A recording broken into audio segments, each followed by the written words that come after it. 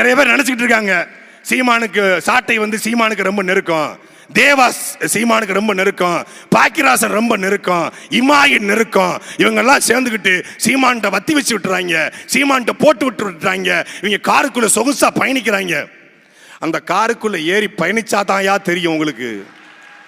யாராவது தயவு செய்து ஒரு 2 நாள் டிராவல் பண்ணி பாருங்க, யாராவது தேவை பண்ணுங்க. அந்த பாக்கியராசன் ஒருத்தருப்பாப்ல, அது பாடி மட்டும் தான் அலைஞ்சிக்கிட்டு இருக்கு. அவரெல்லாம் செத்து ரொம்ப நாள் ஆச்சு, அது பாடி தான் போயிட்டு இருக்கு. ஹிமாயின் ஆல்ரெடி கூட ஆயிட்டாப்ல. நான் கொஞ்சம் உயிர் ஒட்டிக்கிட்டு இருக்கேன். எனக்கு பெர்ஃபெக்ஷன் டு த கோர். எப்பா இதை பண்ணலையா, அதை பண்ணலையா, இதை பண்ணலையா. நைட்லாம் 11:30 மணிக்கு மேலே ஆன்லைனில் நானும் ஆஃப் பண்ணி வச்சிடறேன். 12 மணிக்கு அண்ணன் கூப்பிடாருன்னு பயமா இருக்கு. ஏய் அந்த வேட்பாளர் என்னப்பாச்சு, வருவானா வரமாட்டானப்பா, ஐயோ அண்ணன் கூப்பிட்டுவாரு. முன்னாடிலாம் மேனேஜர் கூப்பிட்டுவாருன்னு பயந்துட்டு இருந்தேன் மெடிக்கல் இருப்பார் போது. இப்போ அண்ணன் கூப்பிட்டு 12 மணிக்கு மேலே போனால் அண்ணன் கூப்பிட்டுவாருன்னு பயமா இருக்கு. என்ன பயம்னா எதுக்கு பயம்? வேலை செய்யல அப்படிங்கிறதுக்காக கேள்வி கேட்டுக்கொண்டே இயக்கி கொண்டிருப்பாரு. அவரை யாராலையும் இயக்க முடியாது. துரைமுருகனோ தேவாவோ பாக்கியராசனோ ஹிமாயினோ யாராலையும் அண்ணன் சீமானை இயக்க முடியாது.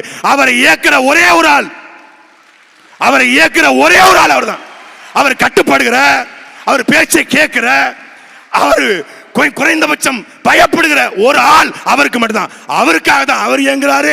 அவருக்காக இவருக்காகவும் சேர்த்து நாம இயங்கணுமே ஒழிய நம்ம யாராலையும். அவர் திரைப்படத்தில் மட்டும் இயக்குனர் கிடையாது, தமிழ் தேசிய இனத்திற்கான இயக்குனர் என்பதை புரிந்து கொண்டு